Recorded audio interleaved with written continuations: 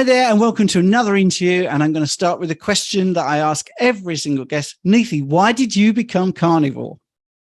Wow. Well, I like meat, first of all, but actually the truth is that I have been trying to gain health for many years.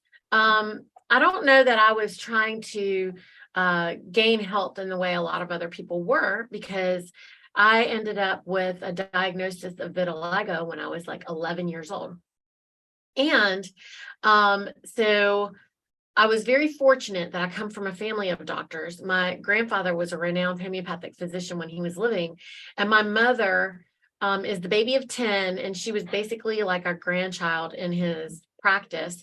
And she used to ask him lots of questions and just kind of be there hanging out in the background and obviously observing things like children do. So she was one day, I was 11. We had a whole bunch of family over at the house.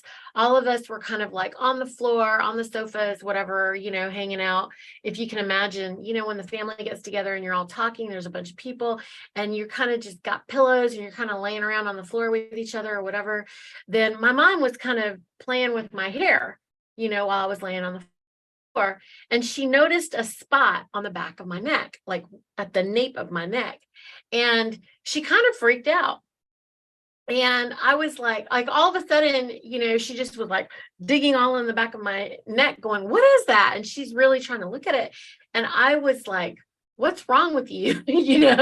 And then she started checking all over my face and all this stuff. And then she started like, she genuinely was kind of panicked because she had seen vitiligo and she was like, oh my God, this can't be it. And she was kind of looking. And then the next thing, my mom, like I said, we come from a family of doctors. So she starts calling all the people in the family. This is before internet. This is, just to put everybody, like, this is 1981. Okay. And so no cell phones, no anything. And all of our family was in India. It was still like, I don't know if any of the people out there realize that we used to pay for long distance phone calls, and international calls were sometimes you had to book them. Like, you couldn't just dial an international call. And so, for her to actually have a proper conversation with our family in India, it was really no small feat, especially because India at that time was also like 10 years behind us. Everyone didn't have a phone.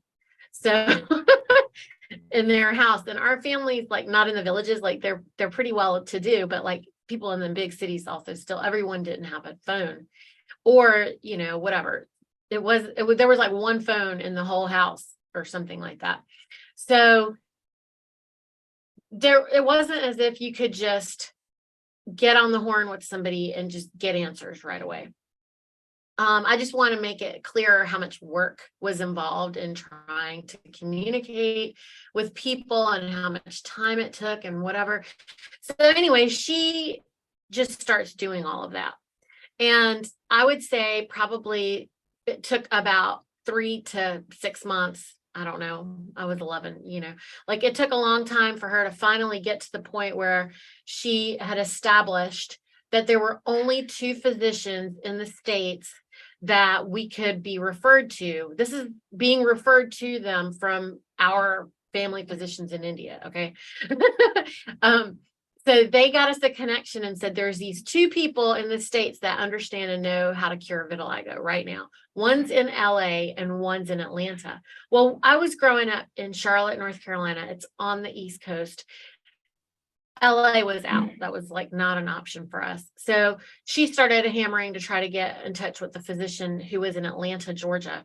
Well, she found out that we couldn't get an appointment with this physician for 6 months to a year, if ever. And she was finally like, God, she finally decided to stop trying to make an appointment. And she just started calling the office, trying to talk to the physician. And then they told her that she couldn't talk to him. He didn't have time. He couldn't call her back. Ding, ding, dong. Like, they kept going back and forth. And my mom was like, who is this guy? Like, is he God? Like, what's happening? And she said that to them. After which, within 20 minutes, she got a phone call from the physician.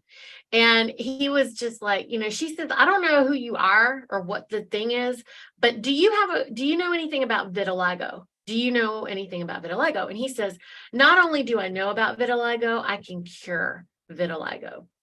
And just to like let all the listeners know, all your people who are following this conversation, I did not know this really, but just the other day I was listening to a conversation between these quantum biologists, and I just heard them say that even today in 2023, there's no medical mafia member who believes that there is a cure for vitiligo.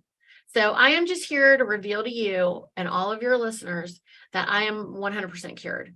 And there is a cure for vitiligo, and it is all based in light therapy. So that is where I'm coming from. And the reason this is an important story is because the therapy that I went through was from age 11 until age 19. And during those years, I remember we used to go through a lot to go to these appointments in Atlanta because we lived in Charlotte. It's a 4-hour drive. And this was an intense therapy. Everybody wasn't able to give us this therapy. Someone needed to have this PUVA box, this UVA, UVB box, to be able to offer the therapy. And they had to know how to use this box. Moreover, the physician who I was going to see, he compounded his own pharmaceuticals I'm calling it pharmaceuticals. They could have been nutraceuticals. I don't actually really know. And unfortunately, my doctor died. He died in 2007. And so I have been wanting to talk to him and wanting to know things from him. And I've had no way to get in touch with him. And I just recently found out that he died in 2007. And that's why I haven't been able to find him. And so I'm kind of really heartbroken about that, because when we did have access to him, I was a kid. And as I was going through my 20s, I didn't appreciate all of that I had gone through, at that time. But I was finding out that I was just having problems with digestion. I was having, I literally kept having these chronic bronchial attacks, and, they just kept putting me on antibiotic after antibiotic, and I just knew that wasn't right. And then obviously, if you're taking antibiotics all the time, then you end up with UTIs and 1,000 other problems. And I was just like, what is happening? I at one time I remember feeling like, I think I'm dying. Like, I just think I'm dying. I don't know what's going on. And so I wrote a letter to my grandfather, the renowned homeopathic physician. I wrote to him and I was like, I don't know what is happening. I think I'm dying, and I explained to him like what is happening. And he wrote back. And of course, this took weeks for me to get a response from him, obviously, because we're on the other side of the world. There's still no phone connection. That's so easy. You didn't, nobody was just like, oh, let's just call internationally, and if I were to call him, he would be upset. He would be worried. He would think that something was really wrong. It wasn't like you could just call and have a casual conversation. I guess somebody could, but like we just didn't. So, anyway, I got his letter and he said, I want you to stop eating dairy for 2 years and just see what happens. And I thought, that's weird. And especially because I loved dairy, also just for the record, I've always cooked. I love to cook. I always cooked everything from scratch. I wasn't buying pre-made meals. I've never eaten food out of a can. I have never eaten food out of a can. I remember when I first went to college and my roommate was eating some Chef Boyardee or something. And she said, you don't want to eat this? And I was like, I don't even know what that is. And so she was like, you should try it. And I tried like a bite of it. And I thought, this is disgusting, because I knew how to cook, and if you know how to cook, then anything out of a can tastes like garbage. So I couldn't understand how people eat this stuff. So, I think a lot of other people have been always trying to do like a lot of food hacks, a lot of these kind of things. I've never done that because my grandfather was a homeopathic physician. I knew that food is medicine. We have to be really careful, and that you can't just mess around with food. And being Indian, And coming from this background that was like the most plant-based background ever, I didn't need to try to be vegetarian or anything. We were mostly vegetarian, although in our family we ate meat. But the more I've gone down this road, I realized how anybody in the orthodoxy who believes that they eat a lot of meat, they don't. And anybody who ate a little bit of meat really barely did. And so we barely did, but we did cook and do everything from absolute scratch. I still had to figure this whole thing out though, right? And so I let the dairy go for a couple of years, which for me, all that meant was I'm not eating like pizzas, which I really didn't anyway, unless we made them, which I wasn't gonna, because who wants to do that? And also for the young people, we didn't have pizza delivery. I mean, I wasn't used to pizza delivery because growing up, we never had pizza delivery. Like you had to go to a pizza restaurant, which also, I remember when those started, I was probably 13 or something, when there were actually Pizza Huts or something like that. Like there was no Pizza Hut. And definitely there was no Domino's or anything like that. And all of that stuff came about, I think, closer to my 20s or later. And if it's not in your habits from being young, you don't really think about that as something, as a solution, So for me, it was just whatever I would cook in my kitchen. So the only time I would eat pizza is if I went out with friends or if I was somewhere and they ordered it. Otherwise, I would have not had it. And since I couldn't have dairy, now I didn't eat pizza, which effectively cut out all the wheat and all the stuff that went along with it, which actually was just kind of a bonus. And because I was cooking a lot of Indian food and I love to cook, I used to also cook a lot of like French Creole food. I used to cook a lot of Southern food. I used to cook a lot of, and I actually worked for these Italians in my 20s. And I mean, I can tell you that I used to win contests for making like the most incredible gravies and, things of that nature. So I would say, if anything, I still had pasta in my life, and I had a couple pieces of toast in the morning or whatever, which I think everybody did that sort of thing, But I wasn't a big sandwich eater because I cooked. I used to want a hot lunch. I used to want something warm. So I used to have a lot of meat, vegetables, and rice. And that's very Creole. It's also very New Orleans. It's also very Southern, and it's also very Indian. So that was kind of how that went. And I'm moving along. I'm not having as many bronchial issues. The cutting the dairy out really helped. So I knew that if I had dairy more than once in a week, I would definitely be really sick. I was able to tolerate it once a month or once every other month or something like that. And so, but I cut out all the milk. I cut out all the stuff just because of this reason. I did not cut butter out, and I never counted it as dairy because I've always cooked in ghee. I've always made my own ghee. We always grew up with ghee because it was an Indian household. I never cooked with oils because I could make ghee and everything tastes better in ghee. So I just always used that. And I think that was probably what kind of saved me, or kept my health up, even though what I was eating was sugar on sugar on sugar on sugar with all the plant material. Now you can fast forward. I get married. We have kids. I don't meet my husband until I'm 30, so we're a lot older. And all of our friends were having a lot of trouble conceiving. So we thought we were going to have trouble, but we didn't. And it was like, oh, surprise, but you're pregnant. And so we had one baby, then within 13 months, we had another baby. And then within 13 months, we found out the second baby, she had cancer. So that's when I'm like, whoa, what is happening? And I turn on all of my training from my homeopathic grandfather, what's in our food, what's in our environment, what's going on, what's happening, why is this happening? And I'm trying to just figure these things out. And I walk into Children's Hospital where they say, this has absolutely nothing to do with your food or your environment. And I'm like, okay, this is nonsense. And I just know that because I have a whole world of doctors and I also know that you're just people, you're somebody's brother, father, whatever. And, you don't know, you're not the knower of all things either. So, also no Google at that time. This is 2007. It's not like I can Google something up or whatever. So I'm actually looking at literature.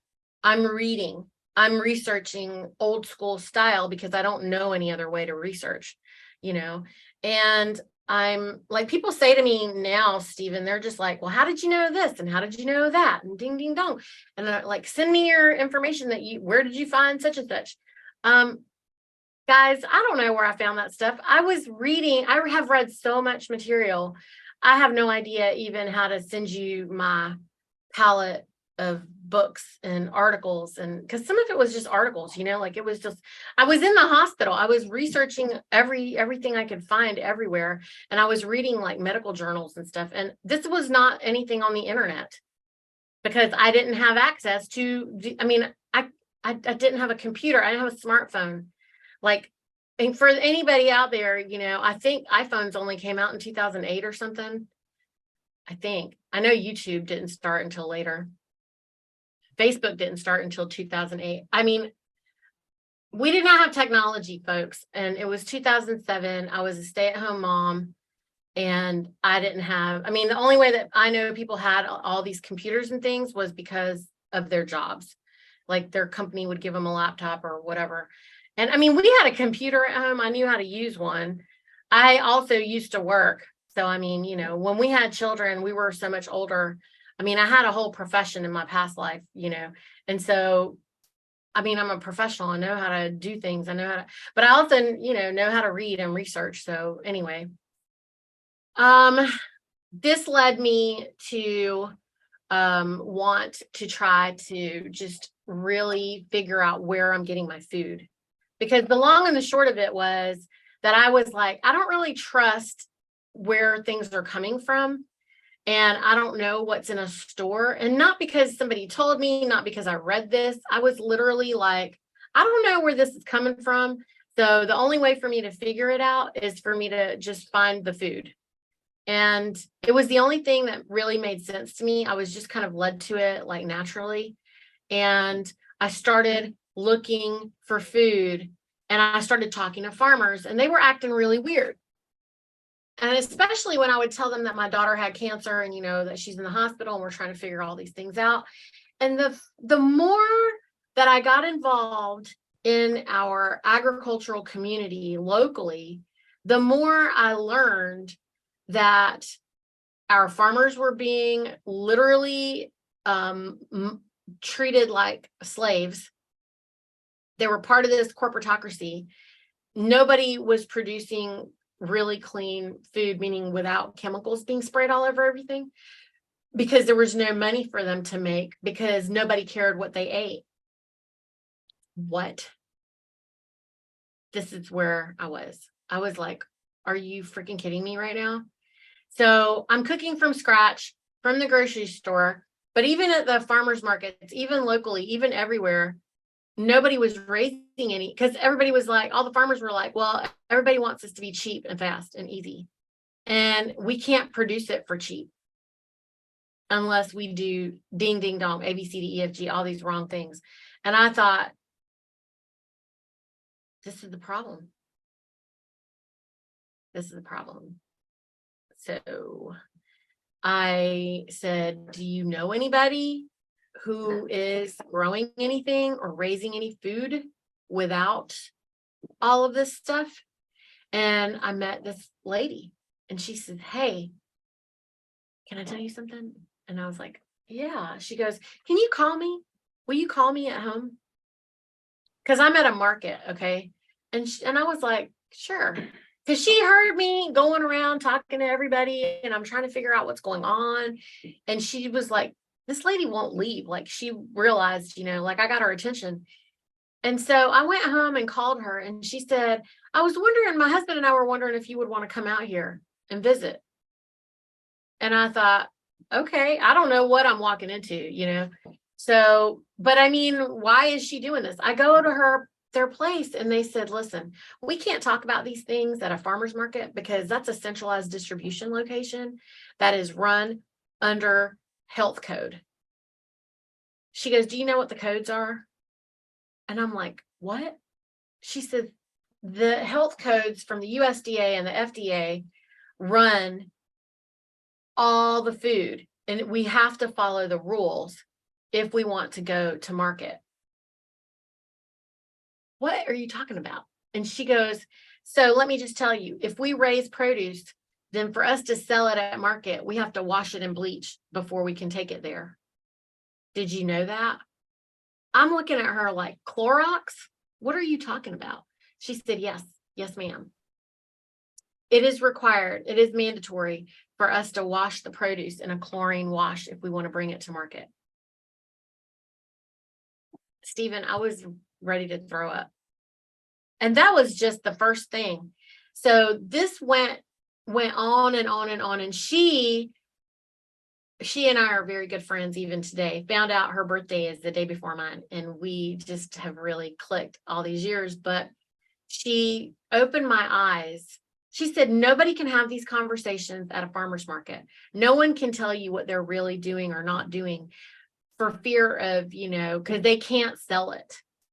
So when we're at home, she says, we just rinse our food off out in the yard, and then we bring it in and we just eat it.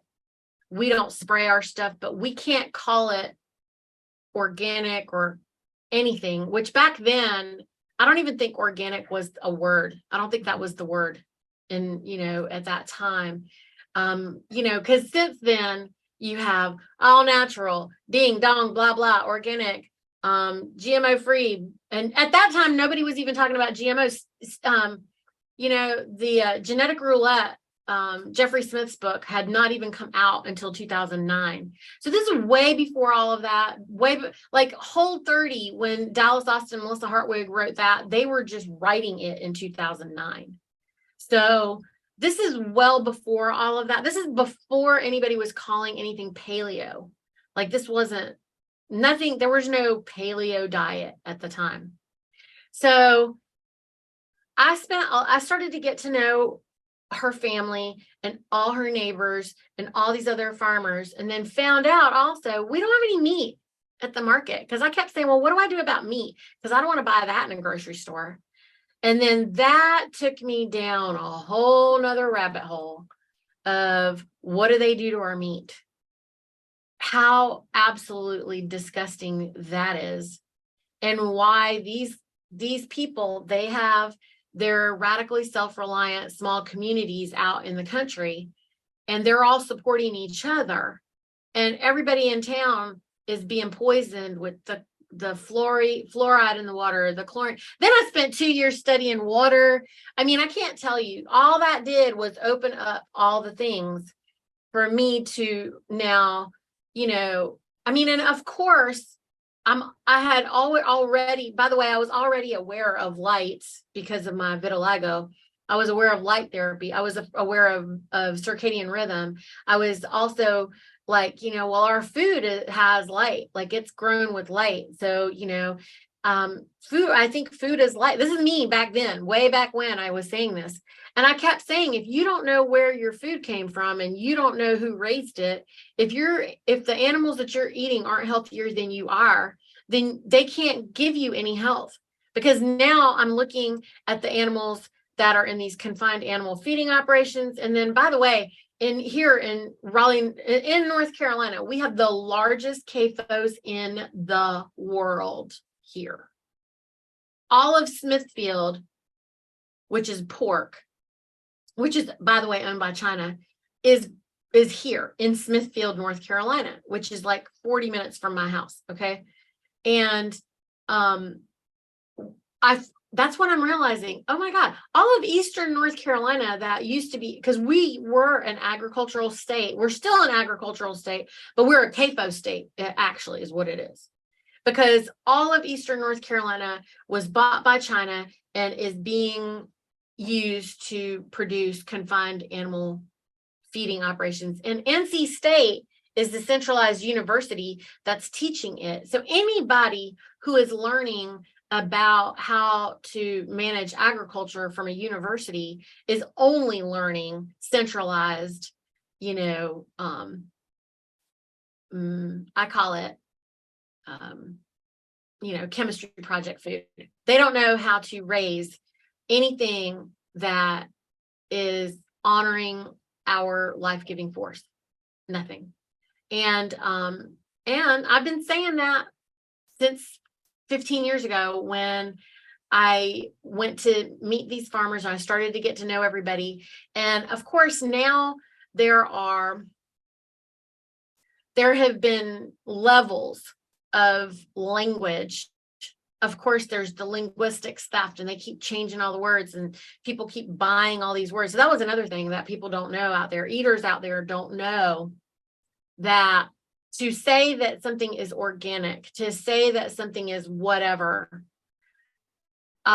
requires the producer to pay the de facto government, which is not even a de jure government. It is the corporatocracy. They have to pay the corporatocracy a toll, a fine, a fee, an illegal tax, whatever you want to call it, to use this word. So if you go to a farmer's market and you're like, hey, are you organic? They're going to be like, no, bye, because they can't afford to do that. So this is the other problem. Eaters think that if you go directly to a farmer, it's going to be cheaper than in the grocery store, because it should be. Because if you go to the source instead of, you cut out all these third parties, then it should be cheaper. Why isn't it cheaper? It's not cheaper because it's not real. So only the corporatocracy's machine can produce this fake and phony lie.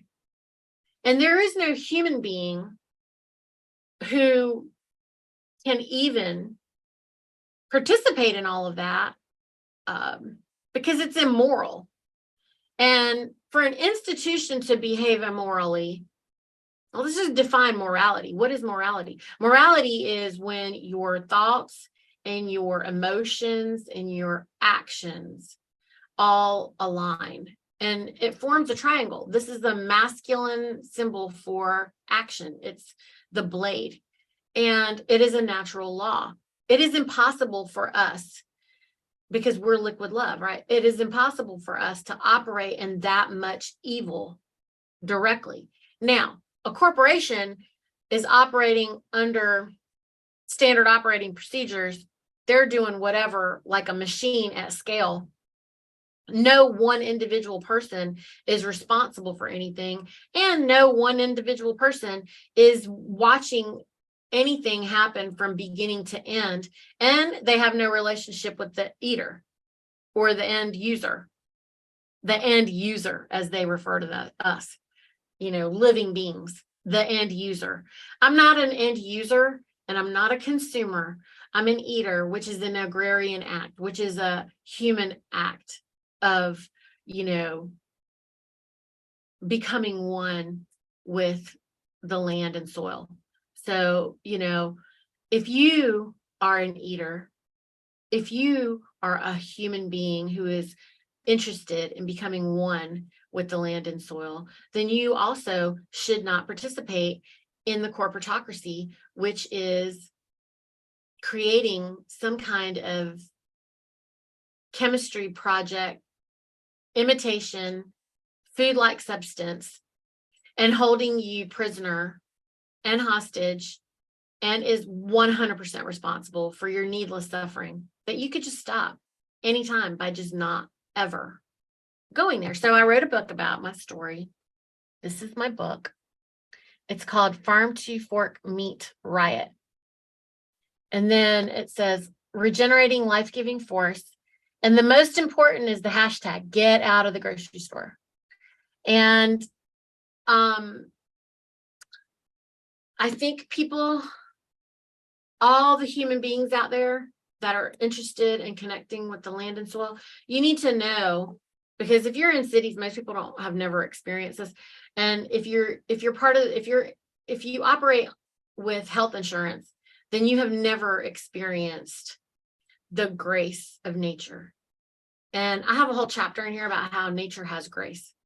And, I also talk about, look, the first third of my book is our personal story. And it talks about what happened with our daughter. And the second third of the book is about what I did with that information, which, I chose to operate in clarity through contrast. Okay. I chose to operate in clarity and not in chaos and confusion anymore. I made a decision that the corporatocracy wants to hold us in chaos and confusion at all times so that they can maneuver this power differential. A lot of people might be like, what are you talking about? Who's trying to control us? I'm not here to have a discussion about who and why, but I will tell you that there are a few people who have a knowledge differential, which they hold over everybody else as a power differential. And if you're one of those people that believes that, sometimes you just can't do anything except whatever because you just have no choice, then you just don't understand your full power. And it is my desire and it is my intention to try to pour knowledge over as many of you as I can reach, to let you know that you are important and that you matter and that you were born worthy beyond belief, and that you are giving your power away. You are giving it away because somebody has convinced you that you need them. And I was that same foolish somebody who gave all my power to the medical mafia because I thought that I needed them to save my daughter. And let me just tell you something. No, the answer is a whopping no. I don't need anybody to tell me how to do anything. And if I would have taken responsibility, which I tried to do as soon as I realized, if I would have taken responsibility from the beginning to control what was going into our mouths, and I'll tell you what, my children are now 15, my surviving children, we lost Nina, but my surviving children are 15 and 19, and they probably, not probably, they can't stand that I'm so militant about it, because I am militant. I will not eat food if I don't know where it came from. And I drive that into them and I impose that upon them all the time because it is my work. It is my job as their mother to make sure that they have knowledge. And I will not allow anybody to ever make me believe for even a minute that it is not my work to polish them to know the truth. And I'm always going to polish them with the truth. And then if they want to go out there and operate in lies, they're going to know immediately. They should know immediately. Oh, if they don't know, it's impossible. They will know. They'll figure it out. But yeah, are they going to touch the fire and get burnt? I'm sure they are, because they should. You should not operate in fear. And I didn't raise them to operate in fear. I raised them to live dangerously. If they're not living dangerously, then, what did I do? What did I do? They're not formidable if I haven't made them dangerous. So I need them to be dangerously living. And I haven't bubble wrapped them or anything like that, but I definitely pour knowledge over them at all times because, I need them to know the truth. Yeah, knowledge is power, isn't it? And that's the thing. There was a lot there. That's a great answer, by the way. And I know you went into an area that you're very passionate about. One of the things that is a big thing in my life is I'm always talking about objective truth. And this started with diabetes, for instance, when people say, well, complex carbohydrates are different to normal carbohydrates or simple carbohydrates. And I say, well, the objective truth can be discovered by just using your glucose meter, and you can tell whether you've been lied to or not. And then your story there, where you had a non-curable disease, which you cured. You see, now that's an objective truth that happened, and even when you tell people, the mainstream pushes back and says, no, that's not true. That must be something else. It can't be that, and that's what I mean about knowledge, you see, because I think when you're a carnivore, for instance, it's analogous what you're saying, because carnivore reverses diseases that is allegedly an irreversible condition. You had a condition that's not curable. So when you start to see that you're being, and I will be strong because you got a strong opinion, when you're being flat out lied to about stuff, you have to go and do that research. And I think one of the things that worked in your favor was you didn't have Google to even try it. You had to go to books where there's proper knowledge and proper research, rather than, and this was a big revelation for me, to be honest. I did realize this quite early on, that Google doesn't give you results.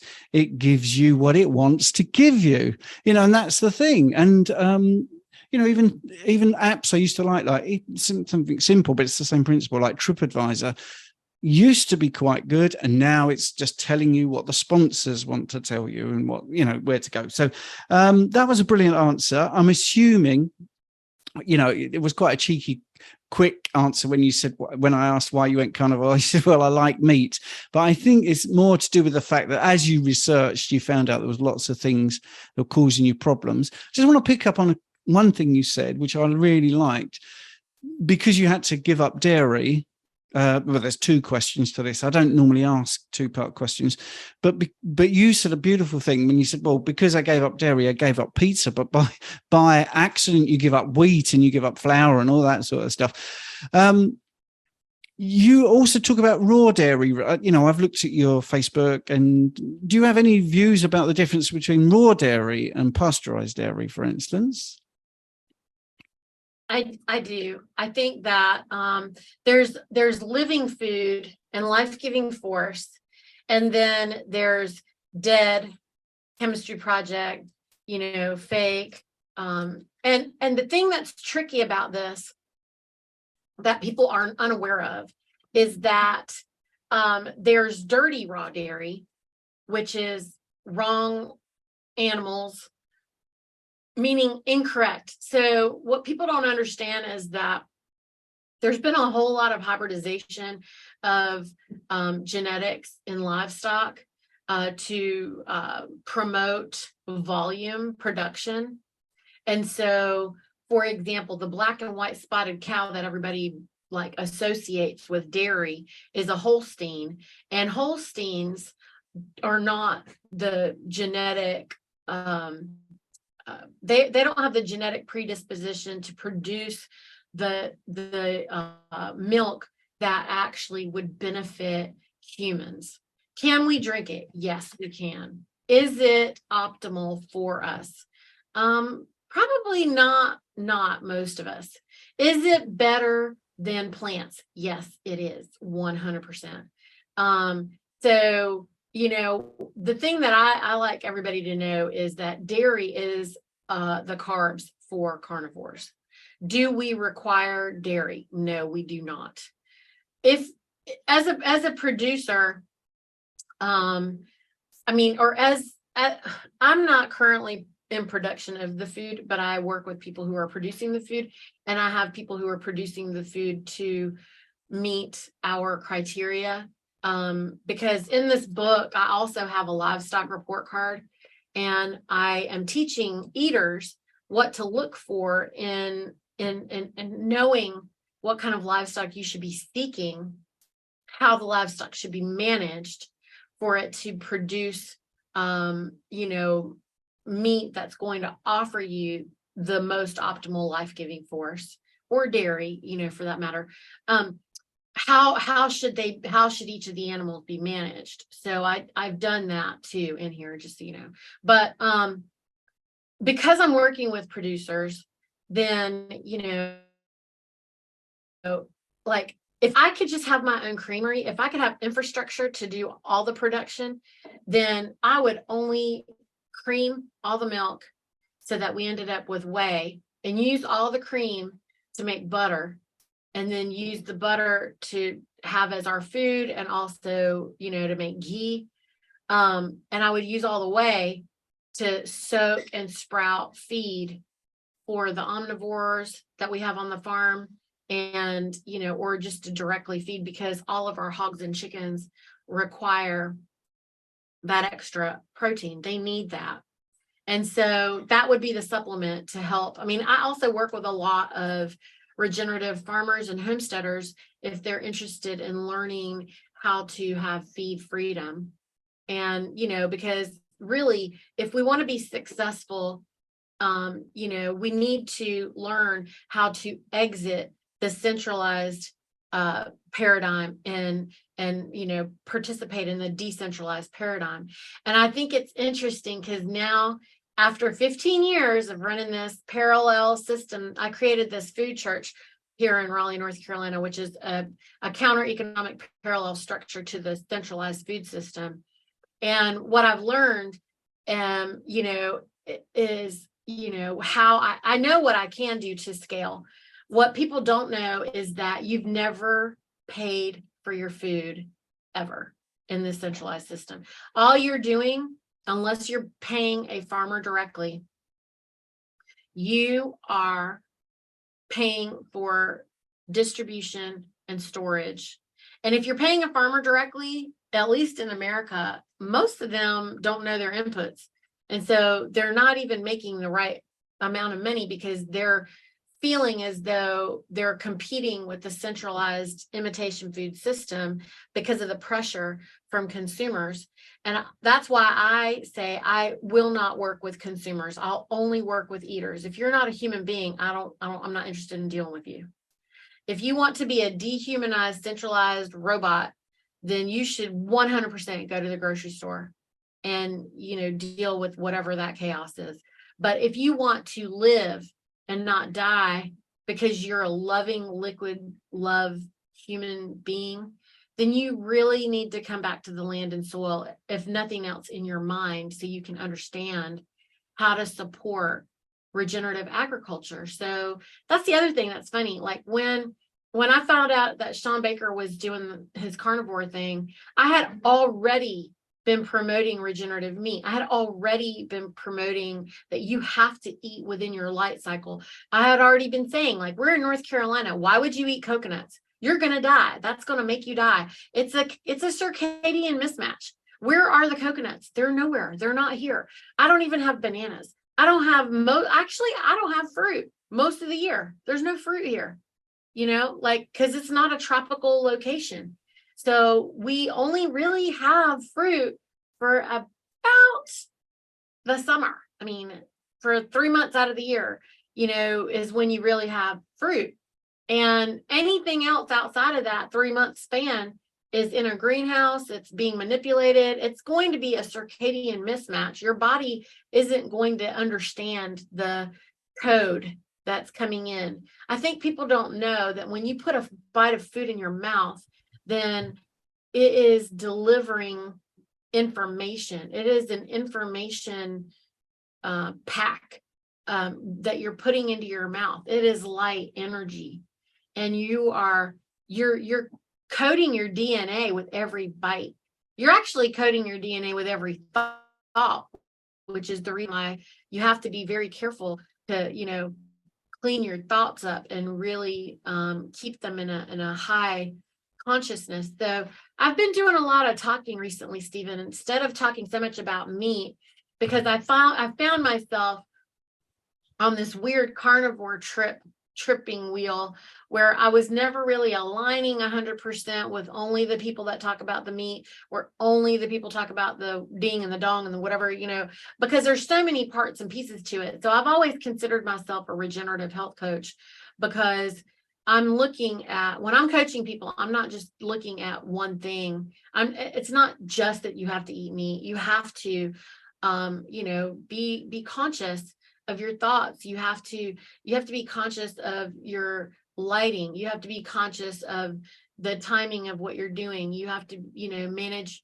You have to have, a bedtime routine. You have to love yourself.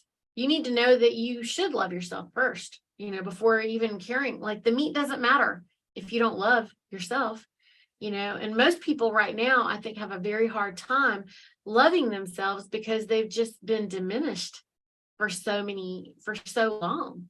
So the first thing I try to do is I just ask people, I'm like, are you okay?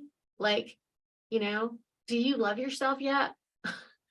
A lot of people, before you can even coach them, I'm like, well, do you love yourself enough to know that you're worth the coaching that we're going to do?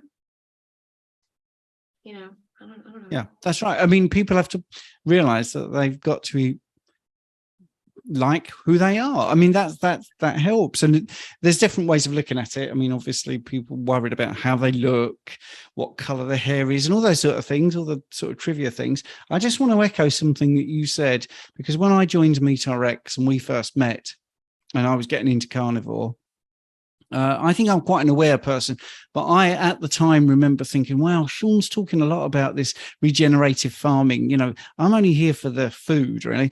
And I really, and I've said this publicly a few times, I might have even said it to him, actually, when he interviewed me, but I then realized, actually, there is more to it, and it is political, and it is important, because if you want your health back, then you have to be open to what's going on and how your food is being produced. Exactly what you're saying. I mean, I loved the fact that you were passionate back then when we started, and you still are. And I think you're right. There'll be some people that have not even got to the end of this, which is a shame. And some people have got to the end of this podcast and thought, well, that's a lot about regenerative farming. I just want to know about what to eat. And, is it OMAD and all this sort of stuff. But I promise you, the more you do carnivore, the more you realize that actually, when you get into the nuance, when you get into where's your food coming from, why is this steak particularly good, and why is this feedlot not particularly good to be buying from, all of those things become really important. I'm ever so lucky because I do buy direct from the farmer. I am very lucky to do that, and I know that. But I would say to people, I had to find those farmers. I didn't just go onto Google and say, can you give me a farmer that I can buy from? You have to be out there and being active. And I'm really, really sorry if it sort of seems too difficult to get away from the grocery store. But if you can, you will feel better. And not only that, people will say, well, it's so cheap to go to the grocery store. Well, actually, in the long run, is it? Because you will possibly pay for your health, which is very expensive.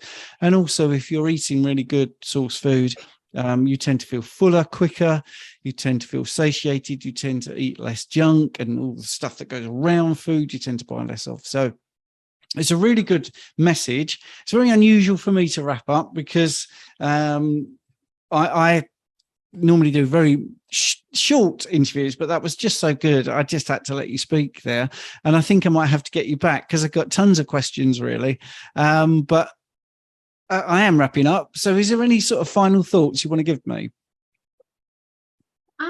I just think that, hearing what you're saying right now about how folks are tuning in and they only just want to know like what to eat. I mean, I think it's more important for you to ask yourself, do I think that I'm worthy? Am I really worth it? Because if the only thing that you're thinking about is the mind-controlled thought process of money, it equals, access, then you really are, you're really brainwashed into hating yourself so much. And I'm using these trigger words because if you're feeling triggered, trigger is a professional term for mind, when it's a psychological professional term that refers to words that upset people who have been brainwashed and are under mind control. And I don't say this lightly because I was 100% mind controlled.